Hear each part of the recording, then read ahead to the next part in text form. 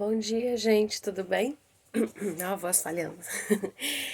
Então, eu tô aqui para falar para vocês um pouquinho sobre as questões relacionadas aí ao Renascimento, ao humanismo.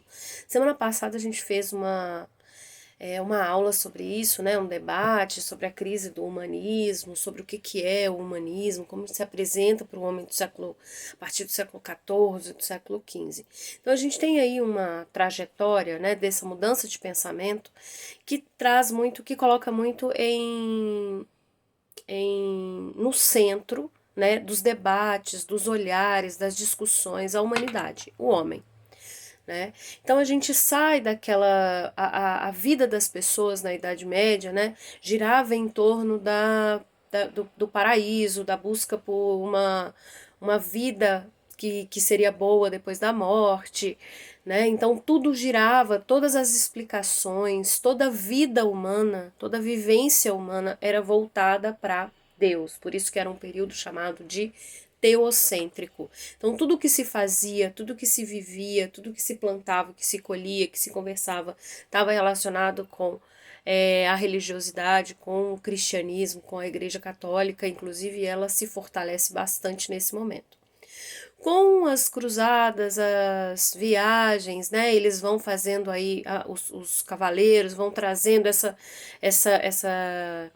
a visão de fora para dentro, né, isso se expande, né, o encontro com novas culturas, o encontro com novos povos, o encontro e guerras, né, o encontro com novas tecnologias, com ciência, com astronomia, com navegações, né, que os povos árabes já dominavam. Então, com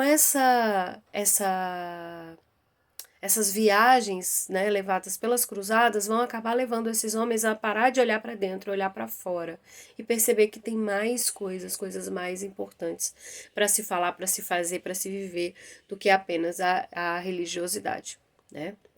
Nesse momento a gente tá acontecendo também a centralização política. Então o século XV ele é um século de muitas transformações. Com essa centralização política, né, que é devido às guerras, o aumento do comércio, o fortalecimento das cidades, da própria burguesia, né, os senhores feudais mais poderosos são levados, né, por outros senhores feudais e pela própria burguesia são pressionados a criar, então, essas monarquias nos modelos que já existiam. A gente já até falou sobre isso é mais matéria da primeira etapa, mas para a gente não perder nunca essa conexão entre esses acontecimentos e o renascimento cultural e o renascimento urbano. Tá? Então esse humanismo que vai surgindo e que coloca o homem como centro é muito assim o pensamento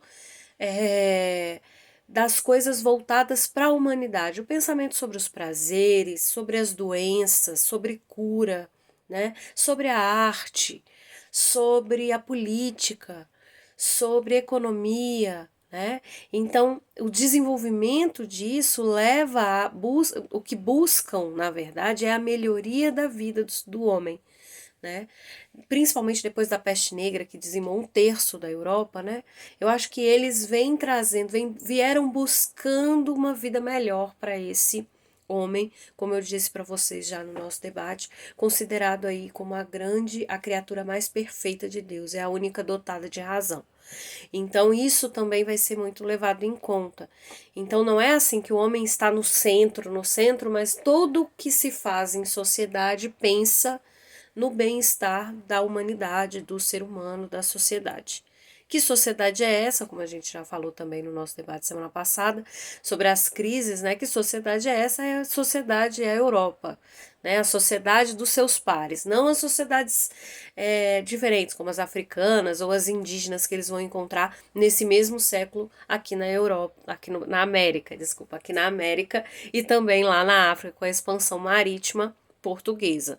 Tá?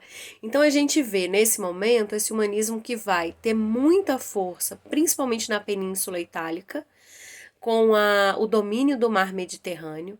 Né? Então a Península Itálica ela vai se desenvolver economicamente muito rápido, né? E isso vai também trazer aí uma revalorização, uma busca pela cultura romana, pela escultura romana, pela pintura. É uma valorização que eles chamam assim, valorização da arte clássica, do teatro, da própria arquitetura. E quem vai financiar isso são os mecenas. Vocês devem até estar estudando aí isso, ou em História da Arte, não sei se vocês vão estudar isso também. Mas enfim, os mecenas eram grandes burgueses, né, burgueses ricos, que financiavam os artistas. Né? O próprio Leonardo da Vinci ele era sustentado por um mecenas, e sustentar um artista significava dar tempo, o ócio criativo, né? Tempo ocioso para que esse artista pudesse produzir, criar, né? Desenvolver ali as mais variadas linhas de pensamento, e não só de pintura e escultura, mas também de ciência, como é o caso do próprio Leonardo. Né? Outros que vão também trazer muito forte essa questão da ciência, o Galileu Galilei. Nesse momento a gente tem também o desenvolvimento da anatomia, né? Com o avanço da medicina, se descobre um novo corpo humano, né? Como vocês viram no filme O Físico, o personagem principal não poderia jamais abrir um corpo, porque isso era considerado uma heresia, mas a partir do Renascimento e do humanismo, isso começa a ser visto com outros olhos. Ah, professora, então a igreja está ok com isso? Não, ela não está ok com isso, porque de certo modo ela começa a perder lugar. Né? Quando ela começa a perder esse lugar, ela perde esse lugar tanto pela centralização política, né, com as monarquias absolutistas, quando ela perde lugar para o humanismo.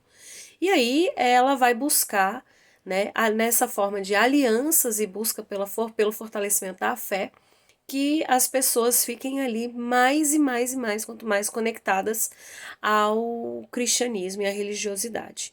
Lembrando que no humanismo não há um rompimento com a igreja, com a religião, com a fé, nada disso. Apenas um deslocamento de olhar. Se antes tudo o que você fazia era para a sua salvação e para a sua morte, para você na morte viver no paraíso, agora o paraíso é terreno. Né? É a busca por prazeres e por uma vida melhor na Terra. Né? Não só uma vida boa após a morte, mas uma vida boa enquanto você está por aqui. Né? Então esse começa também a ser aí, esse faz parte também do movimento humanista.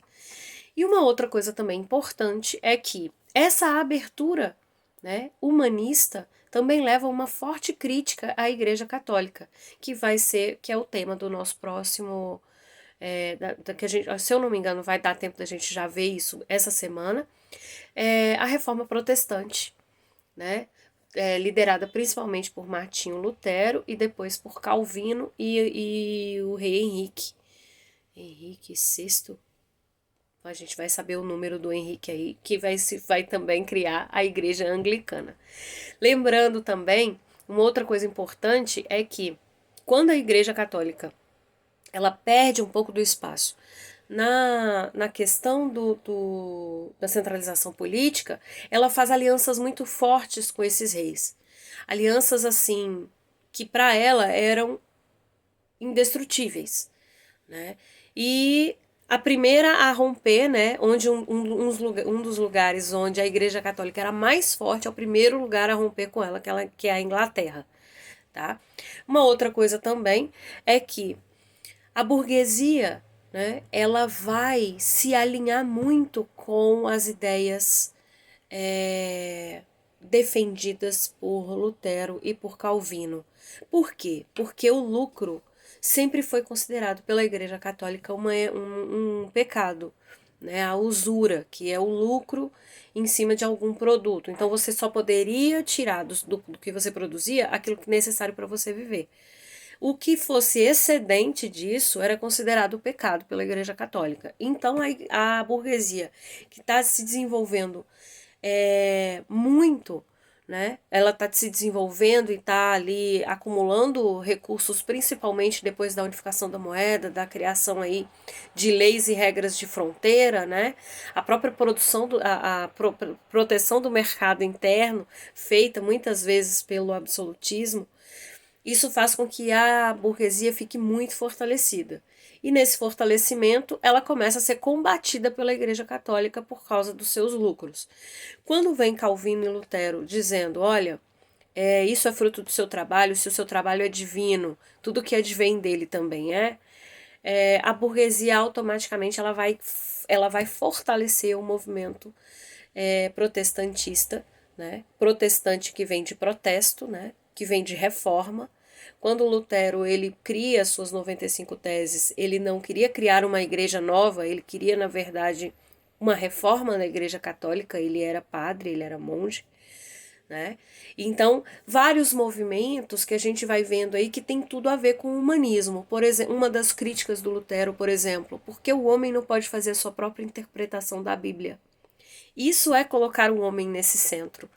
É colocar o homem como protagonista da sua história, das suas vivências, da sua interpretação da vida, né? O Calvino, o que ele vai defender muito? O livre-arbítrio. Também coloca o homem como centro das suas escolhas, né?